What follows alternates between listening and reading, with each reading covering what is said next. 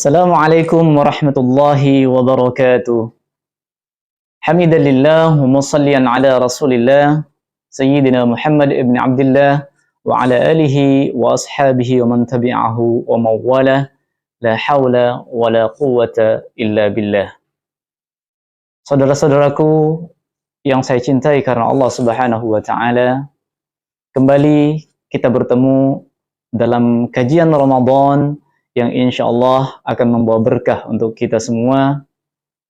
Hari ini kita akan membahas sebagaimana kata Rasulullah sallallahu alaihi wasallam, "Inna lillahi ahalina minan nas."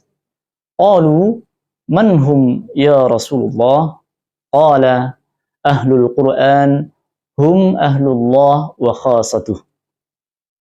Saudara-saudaraku yang dicintai oleh Allah Subhanahu wa taala, Rasul sallallahu alaihi wasallam menyampaikan kepada para sahabatnya bahwa sesungguhnya Allah Subhanahu wa taala itu ternyata memiliki keluarga di kalangan manusia. Lalu ketika itu para sahabat bertanya, "Kok bisa wahai Rasul?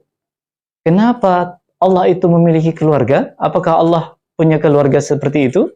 Dan ternyata kata Rasulullah sallallahu alaihi wasallam, "Ahlul Qur'an hum ahlullah wa khasatuh."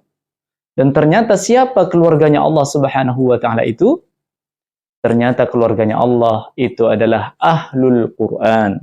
Orang-orang yang senantiasa menjadikan Al-Qur'an sebagai pedoman hidupnya dan menjadikan Al-Qur'an sebagai amaliyah dalam kehidupan sehari-harinya. Oleh sebab itu, orang-orang yang mencintai Al-Qur'an, membaca Al-Qur'an itu dikatakan oleh Allah wa khasatuh, adalah orang-orang yang khusus, yang tentu mereka akan mendapatkan fasilitas yang terbaik dari sisi Allah Azza wa Jalla. Ikhwani rahimakumullah, saudara-saudaraku yang dicintai oleh Allah Subhanahu wa taala, dari hadis ini bisa kita ambil pelajaran yang luar biasa, bahwa ternyata jika kita ini pengen dianggap oleh Allah sebagai keluarganya Allah, maka tentu kita harus berusaha. Bagaimana caranya? Minimal ada beberapa hal yang bisa kita lakukan. Karena tentu setiap kita yang dianggap sebagai keluarga itu pastilah orang terdekat. Jangankan di akhirat, di dunia saja kita katakanlah dianggap sebagai keluarganya Bapak Presiden atau keluarganya wali kota. Betapa bangganya kita ketika kita disebut-sebut. Maka bagaimana caranya agar kemudian kita ini dianggap oleh Allah sebagai keluarganya? Yang pertama adalah bacalah Al-Quran, atau iqra'ul Quran, bacalah Al-Quran. Membaca Al-Quran ini adalah perintah Allah Subhanahu wa taala yang pertama kali turun kepada Rasulullah sallallahu alaihi wasallam, iqra, bacalah. Meskipun baca apapun, tetapi yang terbaik di antara sekian bacaan itu adalah bacaan Al-Quran. Karena kata Rasulullah sallallahu alaihi wasallam, "Man qara harfan min kitabillah falahu asyru amsalihha. Wala aqulu alif lamin harfun, walakin alif harfun, wa lamun harfun, wa mimun harfun." Bacalah Al-Quran, karena sesungguhnya Al-Quran itu setiap hurufnya akan mendatangkan 10 kebaikan. Lalu kata Rasul, saya tidak mengatakan bahwa alif lam mim itu satu huruf, tetapi alif itu satu huruf, lam itu satu huruf, dan mim itu satu huruf. Masya Allah.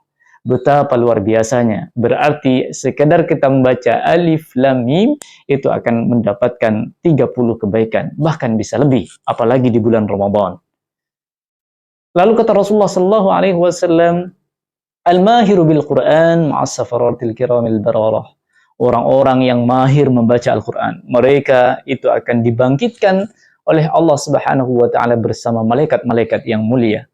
Berarti orang-orang ini dianggap sesuatu yang terbaik, yang pilihan-pilihan daripada Allah Subhanahu wa taala. Ini yang pertama, kita harus senantiasa membaca Al-Qur'an, baik dengan pemahaman maupun tanpa pemahaman. Kemudian yang kedua, saudara-saudaraku yang saya cintai, agar kita dianggap sebagai keluarganya Allah, adalah kemudian tilawah Al-Qur'an, yaitu membaca dengan pemahaman. membaca dengan pemahaman, mentadabburi isinya, membaca dengan penafsiran dan kemudian menghayati dan kemudian merenungi apa yang dimaksud dalam bacaan-bacaan kita, itu jauh lebih mulia dibandingkan orang-orang yang hanya sekedar membaca tanpa pemahaman. Inilah yang disebut dengan tilawah.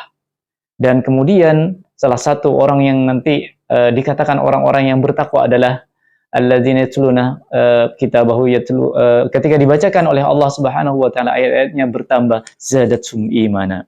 Wa idza tuliyat alaihim ayatuhu zadatsum imana. Bertambah ketika dibacakan ayat-ayat suci Al-Qur'an, dan tentu itu dengan pemahaman. Dan kemudian yang ketiga yang bisa kita lakukan adalah agar kita menjadi hambanya Allah Subhanahu wa taala dan kekasihnya Allah dan keluarganya Allah adalah dengan hafizul Quran, yaitu menghafal Al-Quran. Kenapa? Karena orang-orang yang menghafal Al-Quran ini berarti dalam dirinya tertanam jiwa Quran, dan berarti kemana-mana orang ini akan membawa Al-Quran. Maka orang ini senantiasa akan berinteraksi dengan Al-Quran, dan orang-orang ini insya Allah akan dijaga oleh Allah. Dan yang terakhir, tentu yang ini yang paling utama adalah mengamalkan apa yang terdapat di dalam isi Al-Quran, dan kemudian mengajarkan kepada semuanya. Sebagaimana kata Rasul, khairukum man ta'allamal Qur'an wa 'allamah. Di antara kalian yang terbaik adalah yang belajar Al-Qur'an dan mengajarkannya atau mengamalkannya. Maka insya Allah jika 4 hal ini kita lakukan dalam kehidupan kita, insya Allah mudah-mudahan kita nanti dianggap sebagai keluarganya Allah dan dipandang oleh Allah, ditempatkan di surganya yang tertinggi, yaitu Al-Jannatul Na'im atau Jannatul Firdaus insya Allah. Inilah yang bisa saya sampaikan, mudah-mudahan bermanfaat. Hadanallahu wa iyyakum ajma'in. Ihdinas siratal mustaqim wal 'afwu minkum. Wassalamualaikum warahmatullahi wabarakatuh.